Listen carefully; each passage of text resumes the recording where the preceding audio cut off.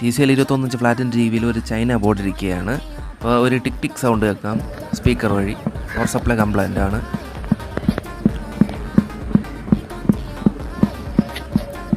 ഈ ഒരു സൗണ്ടാണ് കേൾക്കുന്നത്. കൂടെ പവർ LED വന്നിട്ട് ബ്ലിങ്ക് ആവുന്നുണ്ട്.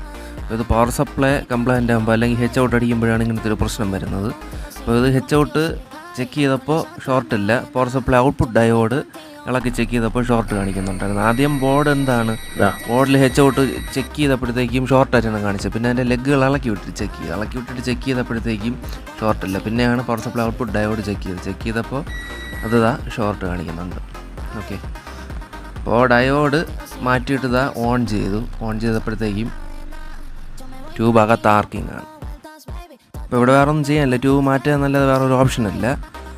ഏതായാലും ഈ ബോർഡിനെടുത്തിട്ട് വേറൊരു ഫിലിപ്സിൻ്റെ ടിവിയിൽ വെച്ചിട്ടുണ്ട്. ഇപ്പോൾ കറക്റ്റ് ആയിട്ടുണ്ട്, വേറെ കംപ്ലയിൻസ് ഒന്നുമില്ല.